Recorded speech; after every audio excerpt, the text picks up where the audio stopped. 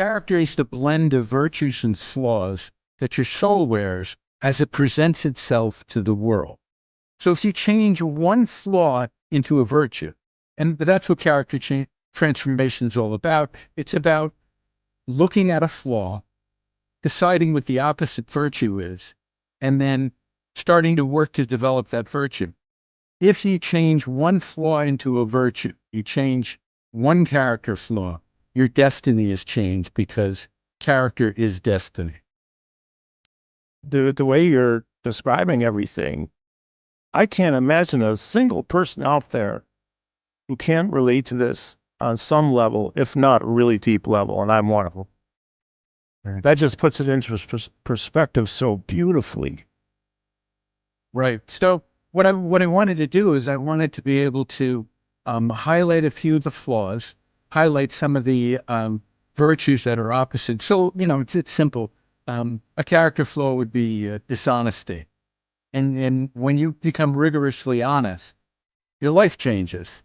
It changes dramatically because dishonesty disrupts every relationship where it occurs. Even small things that are dishonest or acts of omission, they really do adversely affect your relationship. And when you become rigorously honest, your relationships improve dramatically. Can you tell us more about the work you did with and for her? Well, I arrived in Calcutta, and when I arrived there, I had been singing Amazing Grace in the taxi on the way over to the mother house. And I go upstairs to where the little window is, and then the nun that was there said, Doctor, didn't you get our letter saying not to come? She'd be out of the country. I never got the letter, and I flew all the way to India to interview her. Okay. So I said to, she said, she was supposed to be out of town. She's been sick for the last week, so she's been in her sick bed. And I don't see how you'll be able to meet with her. And I said, well, if it's God's will that I meet her, I meet her. And if it's God's will that I don't meet her, I don't meet her. And she looked at me like I had two heads. Like, how could anybody really believe that? And then she looked and she said, well, it must be God's will that you meet her.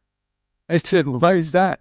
And she said, because she just got up out of her bed and she's sitting on the bench behind you talking to a lady. And I turned around. She was just finishing up. And she stood up and took my hands. And off in the distance, the nuns in the chapel started singing Amazing Grace. It was one of the most precious moments of my entire life. Oh, it had to be.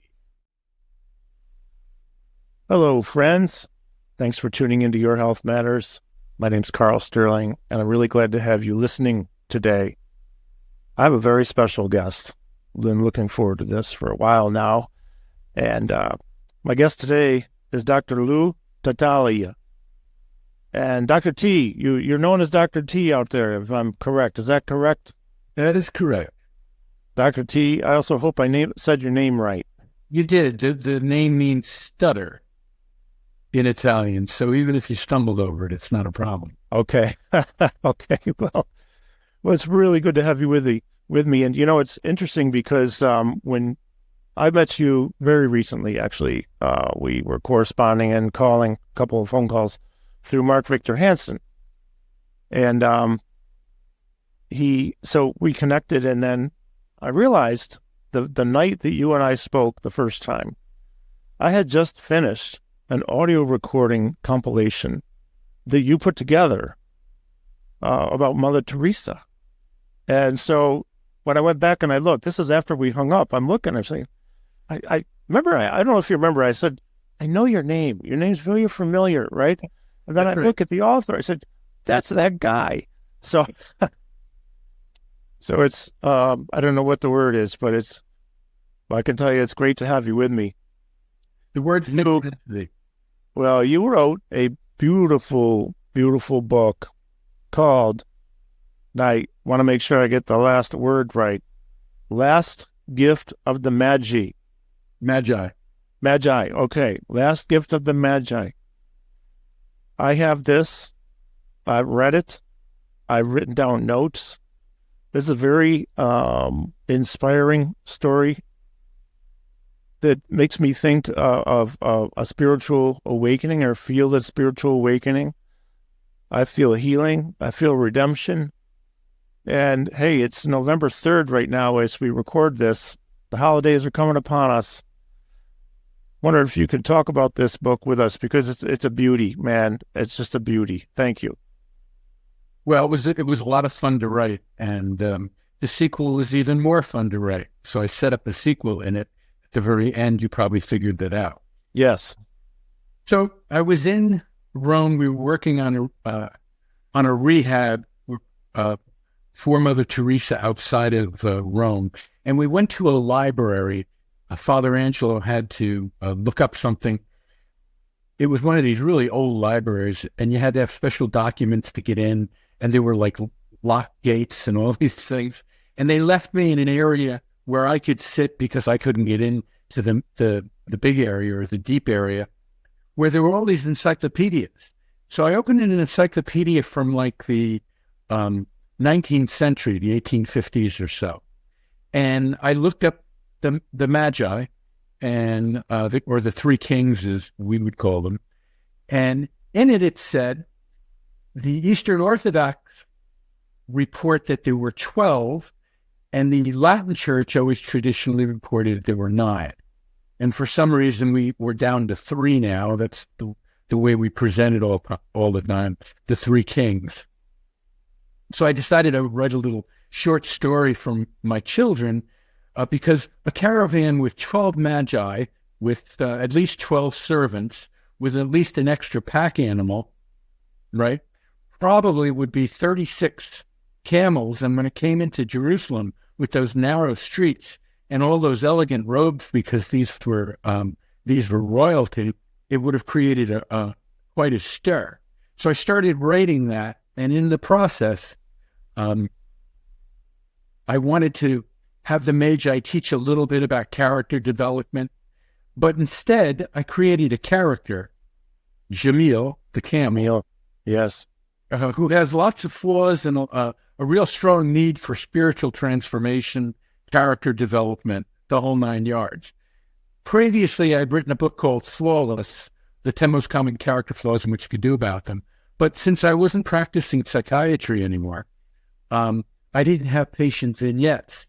So creating an animal created the perfect patient, basically, or the perfect character to go through the transformation. And so I started to develop that as the theme of the book. And it took the camels. The camels are speaking. So now it's a parable, or a fable. And fables get beyond your conscious mind, beyond your conscious resistance. If I write a book with people in it that are making changes, people are less likely to agree with it or to try to figure out what's going on. But if you read a fable and the animal goes through the transformation, your conscious mind doesn't resist it as much. Sure. Well, it's interesting. I was talking with Mark Victor Hansen just a week and a half ago about his publishing, actually. The 391 books and all this other stuff, which just amazes me. He's an amazing human. And I had shared with him that I wrote 3 books, and that my 4th book is in the works, and it has to do with brain health, oddly enough, character development through the lifetime, living choices we make, not just in, let's say, health, like diet, exercise, but decisions, emotional well-being, relationships. And he made it very clear to me I needed to write it in a fictional context because people will relate better. And I had never thought about that, because until now, this book right here, Last Gift of the Magi, this is the first fiction I have read since high school, and I graduated in 1979. So there you go. Yeah. And you know what? I find my mind reeling differently with this book. So I'm really glad he enlightened me to that and introduced me to you and now this book, because I can see where I might disagree if this was nonfiction and there were human actual names and things involved, not disagree, but start to question things. Well, what if this? What if that? I didn't do that at all while reading this. Right. There's no resistance. Yeah. You're just That's trying genius. to figure out why this guy is so dumb with some of his defects and why he's so stubborn and, why he resists the good advice of his mentor. Exactly. Yeah, it looks like Jamil, he's troubled. And if I state this appropriately, maybe grappling with balance between, let's say, his past choices, but also a desire to connect meaningfully with others. And it's fascinating. So how did, let's talk, we have a couple minutes before we go to a break. Let's keep talking about this character development, because I really enjoy this. So Jamil, Definition of character first. Okay, great, perfect. That's really important. There are lots of definitions, but the one I use that I came up with when I did Flawless, that other book, character is the blend of virtues and flaws that your soul wears as it presents itself to the world. So if you change one flaw into a virtue, and that's what character transformation is all about, it's about looking at a flaw, deciding what the opposite virtue is, and then starting to work to develop that virtue. If you change one flaw into a virtue, you change one character flaw, your destiny is changed, because character is destiny. Those are wise words of wisdom there, my friend. Now, I'll tell you what, with that, it's perfect time to go to a break. So we're going to do that. And I'm with Dr. Lou Tartaglia today, author of Last Gift of the Magi. This is Your Health Matters. My name is Karl Sterling on 570 News Radio WSYR. We'll be back in a couple of minutes. We're back with Dr. Lou Tartaglia. Thirsting for God, the audio program that I have now been through 3 times. I've been reading a lot about Mother Teresa this year in particular. And this is a program you put together that is just beautiful. Now I have Last Gift of the Magi. And so people, just be sure to check these things out. Also, if you go to tartaglia.com, you can read about all these things there. And can we order through that site? You can. It'll take you to Amazon, or you can go to Barnes & Noble. Sure, and that would be tartaglia.com. And I'll have a link to that in the description of all platforms that this is on. So go down and check that out. LastGiftOfTheMagi.com. Oh, okay. I didn't know that. That's great. LastGiftOfTheMagi.com. That's even easier. Okay, good. So let's continue. I love how you... the very last thing you said, I was trying to write and I didn't get it down. But if we take, in regards to character, one flaw, change that into a virtue and work towards developing that. Right. You made a statement, character is destiny. Destiny. Thank you. Seriously, that is... If you change one, if you change your character, you change your destiny. I'm writing it down, even though I can go back and watch and listen to this infinitely, but writing also helps my mind here. Character is destiny. That's fabulous. Probably the wisest words of wisdom ever. So yeah, that was not me. That was a Greek philosopher that said character is destiny. Okay, well, I'm glad you shared it because it's so relevant. Let's continue talking about this journey that Jamil is going on. Okay. Well, Jamil really wants to just run around in the desert and race other camels and show off and stuff. But he gets picked up by the Magi and gets brought to Bethlehem.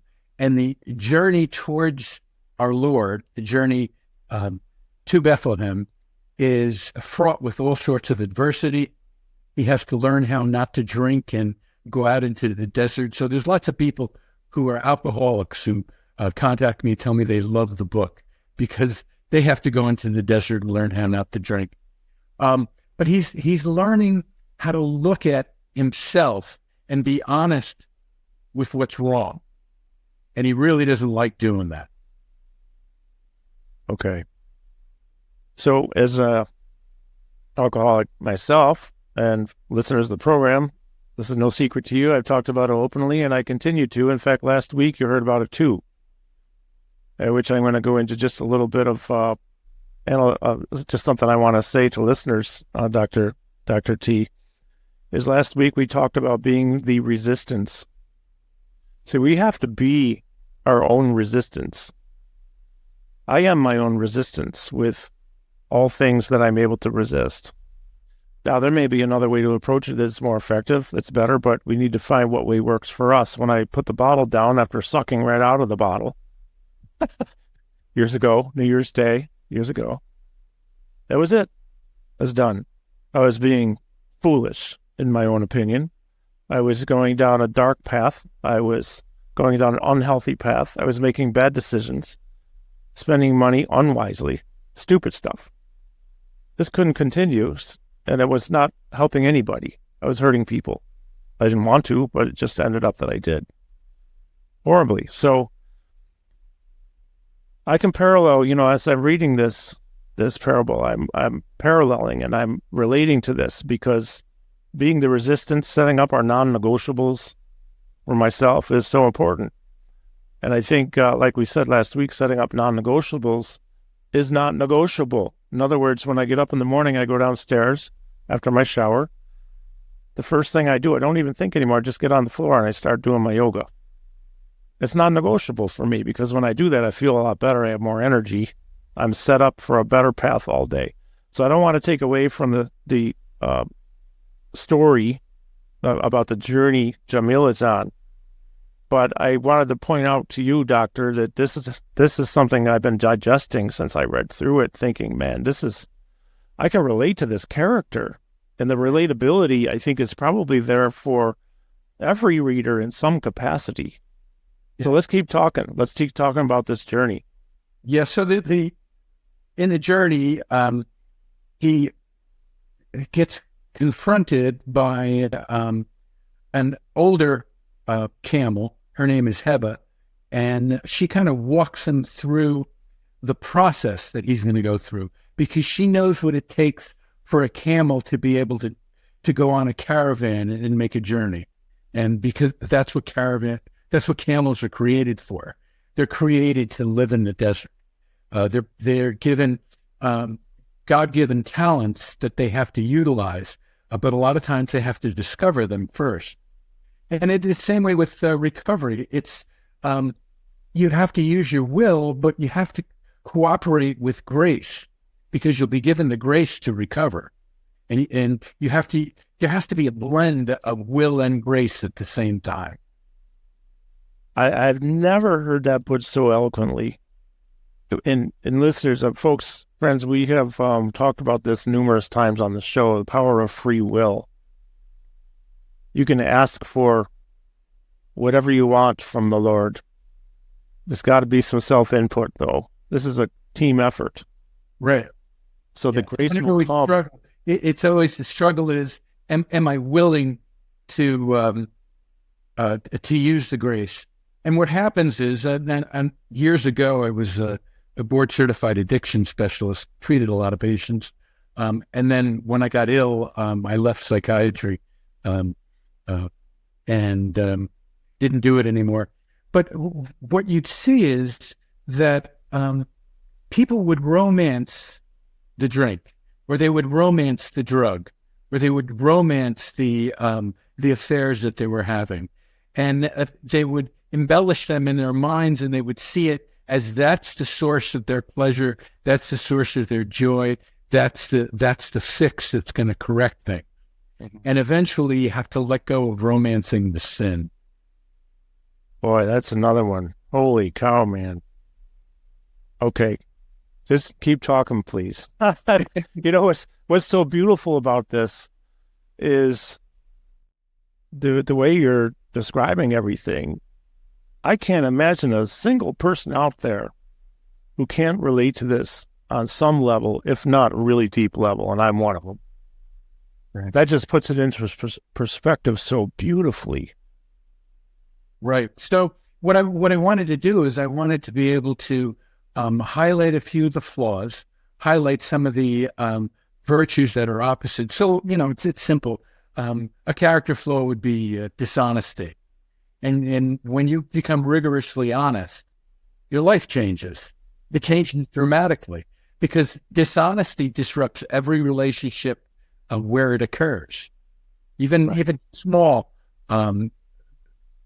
things that are dishonest or acts of omission. They really do adversely affect your relationship. And when you become rigorously honest, your relationships improve dramatically.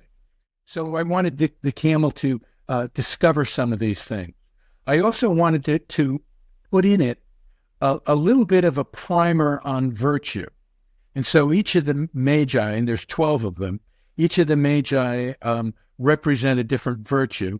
And the three magi represent faith, hope, and charity, which are infused virtues. They're the virtues you receive when you pray to God asking for them. Yeah. That's just all this is so powerful.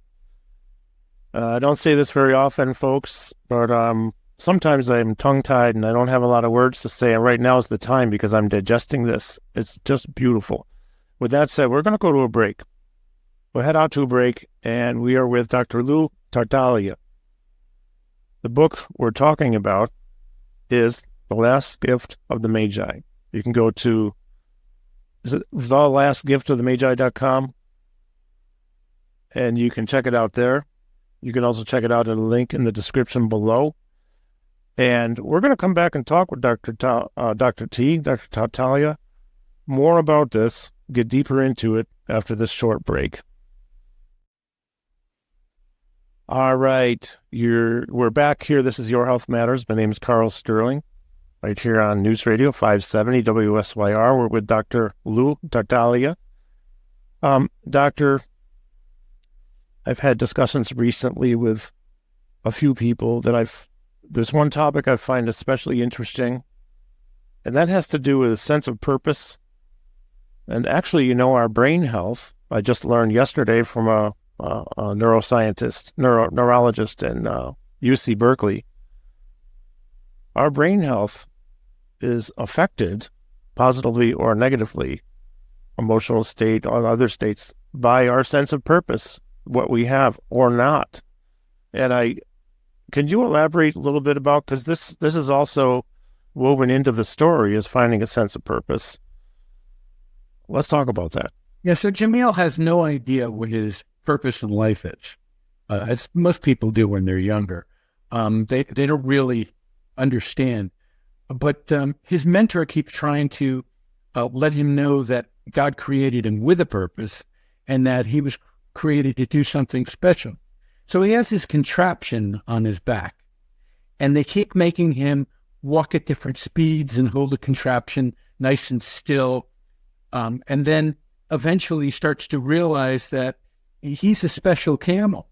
He's got a special purpose. He's got a special device that he's carrying. He's not carrying luggage or, like a pack animal. He's carrying a special, what turns out to be a seat for the Blessed Virgin and the child. But he's trying to figure out what it is, what his purpose is. But he has this negative attitude about, he doesn't trust that God has created him with a good purpose and was going to use him properly. And in fact, near the very end, he gets terribly disappointed, thinking that his purpose isn't going to be fulfilled. And yet he's just going to another level. The purpose is even higher. Mm-hmm. And that's the way it is for most of us. We try to figure out what our purpose in life is, but we have to get close to God first in order to figure it out. It's like when we treat our patients, when we're treating our patients, and our practice is it's a practice that's married to the healing ministry of Christ, then our purpose is much more different than a purpose where I want to be the best sleep medicine specialist I can be, or the best psychiatrist I can be. So it's not nearly as relevant as I want to be God's psychiatrist working with these people. I want to make sure that I'm ministering to Jesus hidden in the disfigured, disguised person, which is what Mother Teresa would say. And so Jamil finally realizes his purpose is to get to Bethlehem and be a gift to the Holy Family. Yeah. Yeah. Is it? That caught my attention too in the book, just Holy Family, because that just happens to be the name of the church I go to. It's Holy Family down the road here. Yeah. With Father Bill and all these great priests there and the great people. You know, on a personal note, I was agnostic at best for, probably 58 years, 57 years. Didn't grow up with faith. Our family didn't talk about that. We didn't have that. So I was kind of, really thought all, pardon me, because I'm Catholic now, but all you Catholics were crazy, okay? What is wrong with these people? These Christians, oh my gosh, they must be out of their mind to be brainwashed like this.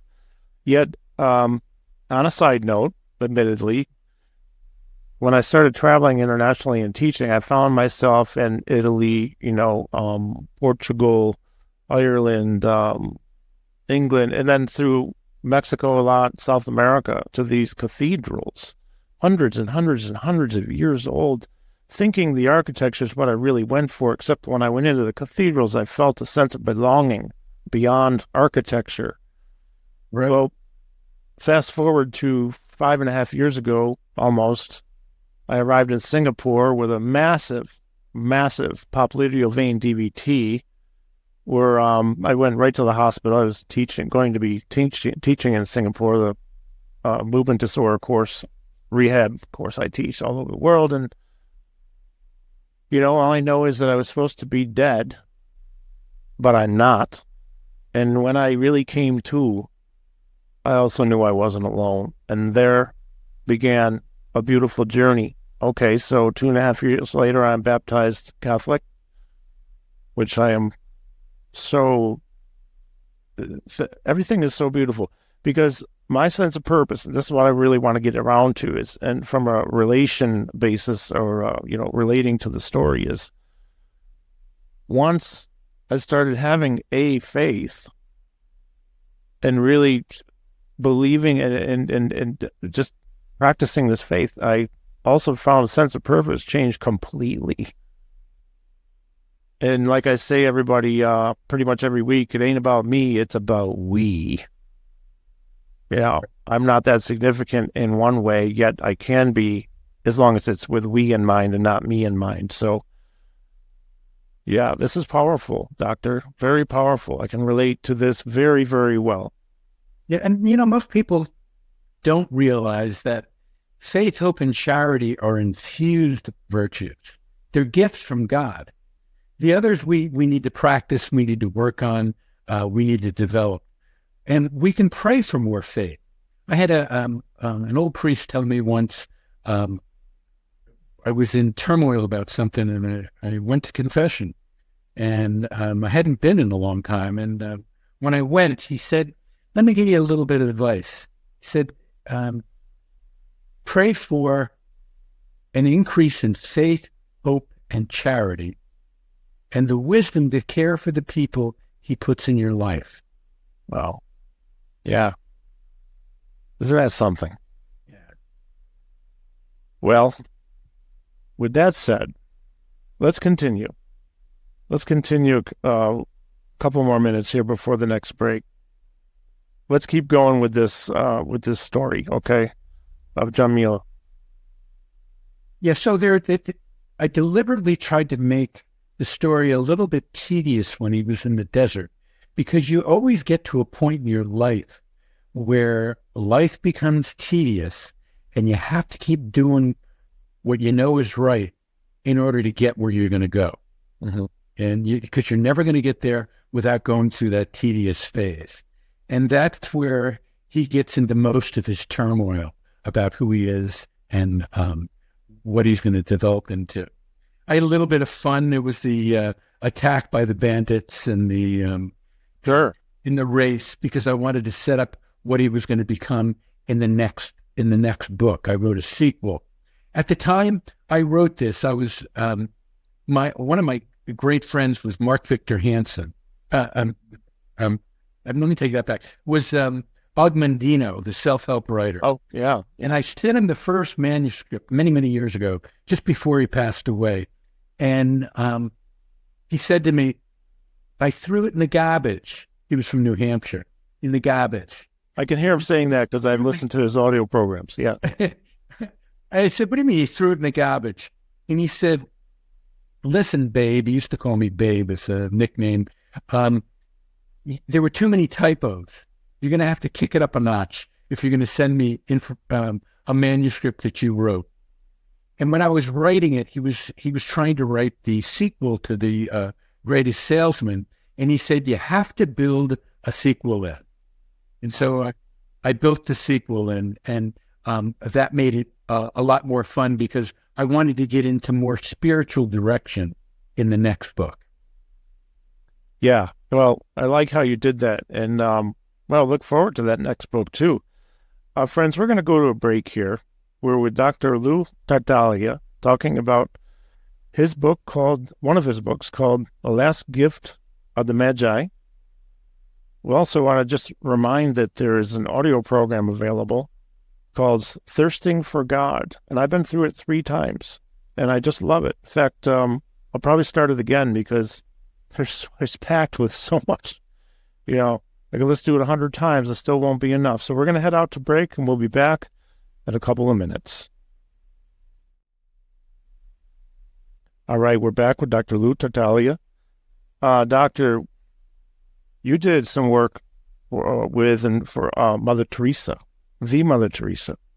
And like I've said before, we talked about it. Thirsting for God is an audio program which has recordings of her, which I happen to love. I've seen her in various interviews and videos and audios. Love the compilation you put together here.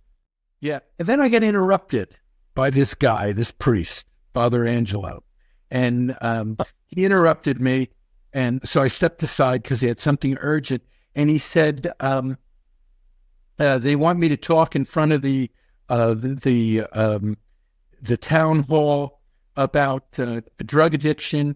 He said, and we have all these drug addicts. We don't know what to do with them. I don't know how I'm supposed to proceed with all this. And she said, God will provide. And he said, yes, I know God will provide. And she said, no, God will provide. And then I said, I think God is providing. And they both looked at me like, why are you interrupting? And I said, I'm a board-certified addictions medicine specialist, and I think I probably could help you. Yes. And so in the process, we set up a rehab in Rome. That's when I got the idea about the book. And then we set up a rehab in Mexico. And now Father Angelo is retired. He's living in retirement in Italy. But it was a lot of fun. It really was a lot of fun. And it was for people who couldn't afford to go into any kind of a rehab on their own. Amazing. I'm just curious because I teach in Mexico a lot. I think I've been there 18 times in the past 6 years. Yeah. What city? Where's the rehab? Chihuahua. Oh, Chihuahua. I was there. Yeah. Right before the Singapore incident where I almost left the world. Yeah. 2 weeks.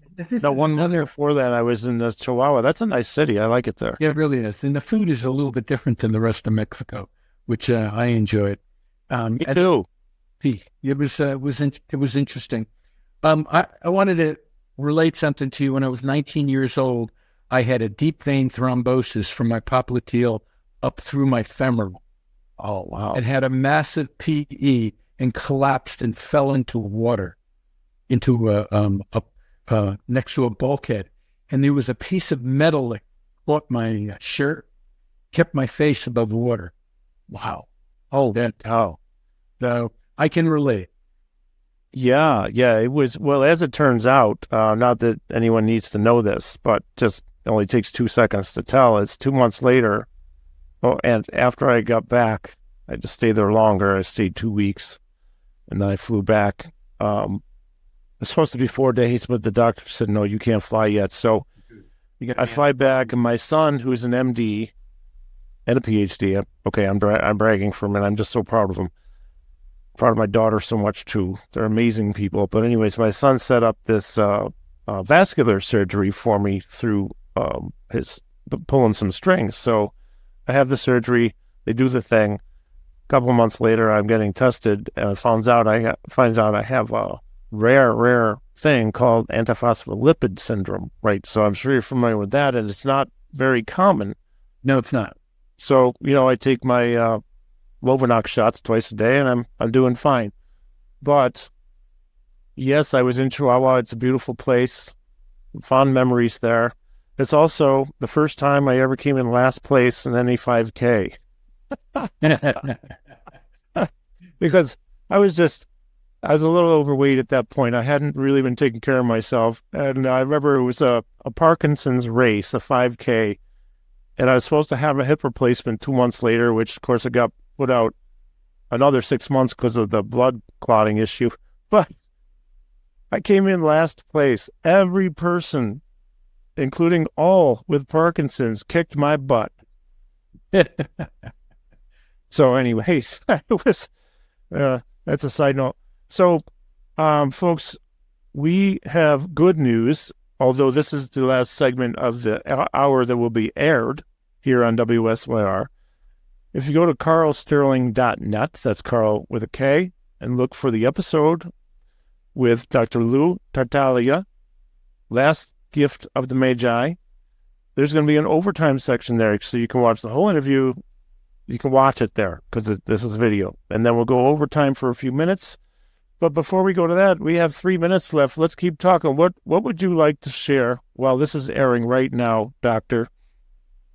Just anything you want to close out with in that next couple of minutes. Yeah. So the underlying main message is your purpose in life involves getting to Jesus and developing a relationship. And that's what the camel had to discover. Yeah. Yeah, that's the process. You will be changed. That's pretty sweet right there. Simple in words, sweet in everything, and nobody could put it better than you. Also, what I love this, I'm going back to the beginning here. Well, character is destiny. Yeah, Heraclitus, I think, is the Greek philosopher. My definition, though, of character is it's a blend of virtues and flaws that your soul wears as you present yourself to the world. So if you change one flaw into a virtue, the blend is different. And so character is destiny. Your destiny is different. Your whole life transforms. Yeah, it really does. I mean, just from some, these are part of my non-negotiables that I talk about. Things I am, let's say, not willing to do anymore, or not willing to not do anymore. Right. Because there are things that I used to do that they weren't benefiting me, and it wasn't necessarily anything bad. It wasn't hurting anybody, but it wasn't getting me anywhere, which means I'm not going to help anyone else get anywhere with whatever my mission is. And these are non-negotiables for me, so I'm still discovering. In fact, I'm still continuing my list of things that I find they need to be non-negotiable and be the resistance against, they say, things that could pull me off track. And so I ask for guidance. I ask for faith in this when I pray. And the power of free will combined with the grace, as you so eloquently state, I feel like I'm speed rolling ahead. But, I want to continue that for the rest of my life. I don't want this to end. There's no arrival point. This is a continued journey. By the way, folks, we got to head out here. Dr. Lou Tartaglia, it's so nice to meet you and have you with me. We're going to go to overtime, but thanks, my friend. Thank you. Always a pleasure. Absolutely a pleasure to meet you. So, folks, be sure to go to karlsterling.net. That's Karl with a K. Look for the episode there, Last Gift of the Magi, with Dr. Lou Tartaglia. You can hear the overtime there and the whole episode there. And we'll be back next week with more education, more insightful, hopefully, thoughts, health information. We talk a lot about longevity, all things having to do with living a better life. Okay? Have a great week. Thanks for joining us. We're going to overtime. Sure. You know that at the very end when Jamil goes through the dark night of the soul. Yeah. And he discovers, all these other abilities that God has programmed in. That's autobiographical for me. I went through something similar to it, and it came through, and it led to more transformation. And so then the nuns at the Visitation Monastery in Toledo read the book during Advent, and they knew I was working on the sequel. And I used to do spiritual direction for some of the nuns. And they said, you need more spiritual direction in the next one. So then the next book is significantly larger. And I think it's actually even better, and it was more fun to write because now I had a character that I knew, I loved. He was well ingrained. And I think when you do a sequel, the character is easier to write about. Sure. Yeah. And it was an accelerated process.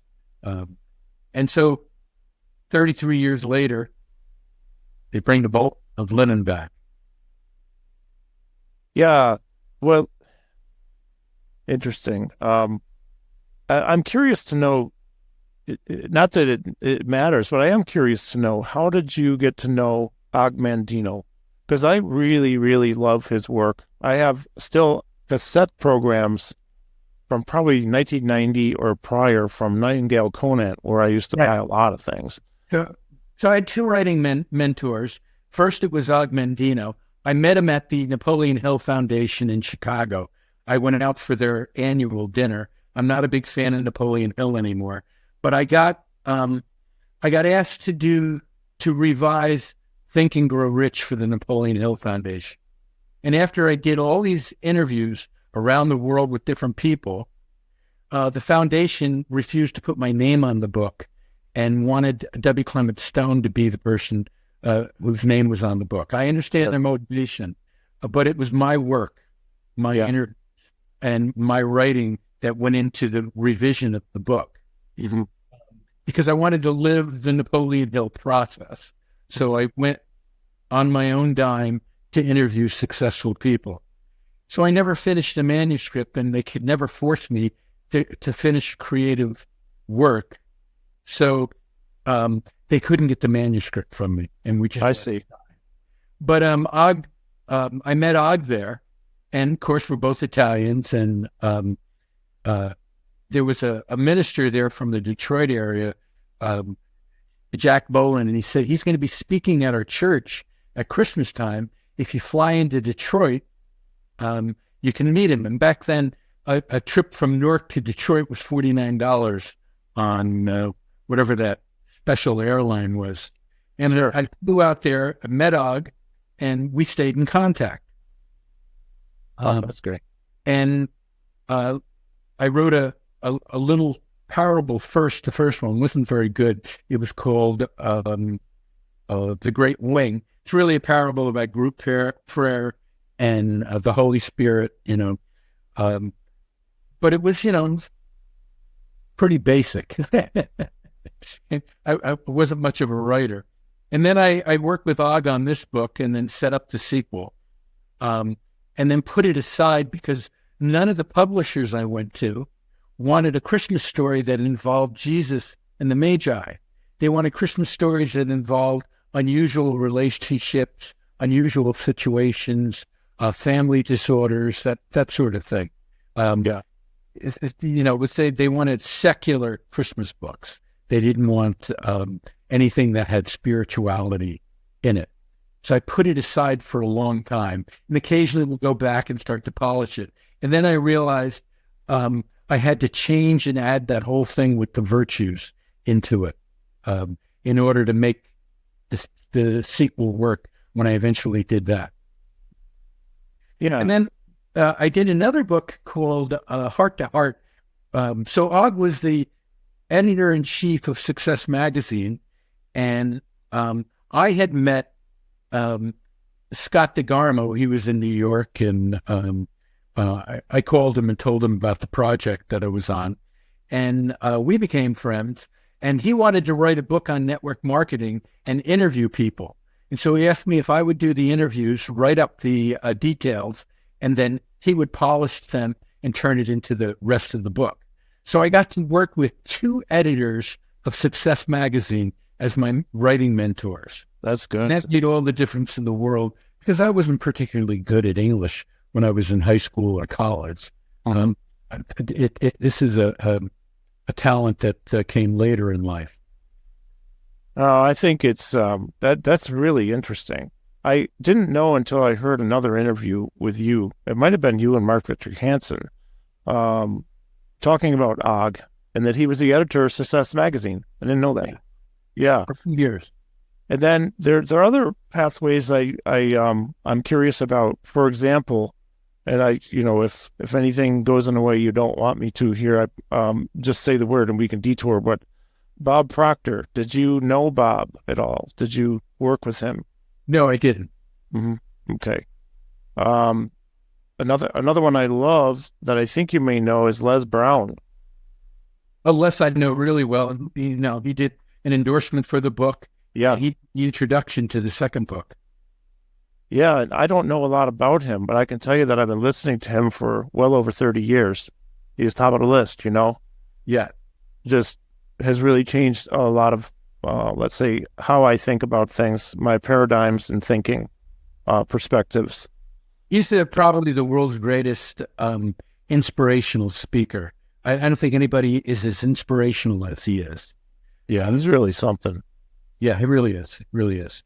And when you understand where he comes from, he did an interview with me on the book, and we never aired it. And hopefully he's going to bring it out for this Christmas season. And that's one you should listen to, because it tells how we met each other many, many years ago. I see. And it was really a great experience for both of us, because I had some connections that helped him, and of course he's always helped me through the years. So Les was speaking for a network marketing company. I was on the board of the network marketing company as a medical advisor, and they went to this program he was doing so that he could showcase to see whether or not they wanted to hire him. And they bring me down to the front row, and they sit me next to Rosa Parks. Oh, really? Oh. Really? The Rosa Parks. The Rosa Parks. Right. And I eventually interviewed her for the book that I was reviewing, and that was really fortuitous. And then after he finished speaking, she leaned over to me and she said, "Doctor," she may have referred to me as Dr. T, because everybody referred to me that way. "Dr. T, he has more raw talent than even the Reverend Martin Luther King. But don't tell him it'll go to his head." And it wasn't until after Rosa Parks had passed away and he was kind of winding down and retiring that I told him that. Oh, really? "You never told me that entire time." And she said, she asked me to never tell. And now that she's gone, I can tell you what she said. That's great, man. I love that. Good story. Where's he working out of, or where's Les Brown based? He's down in Georgia. Okay. And you could call Les Brown Enterprises and say you want to interview him, and tell him How they me. And yeah, I'd like to reach out to him. I think it would be wonderful, because he's so good. And Mark, I think it's Phoenix, Scottsdale area. Yeah. You're Toledo? Did you say Toledo? I'm in the Toledo area, yeah. I was there once.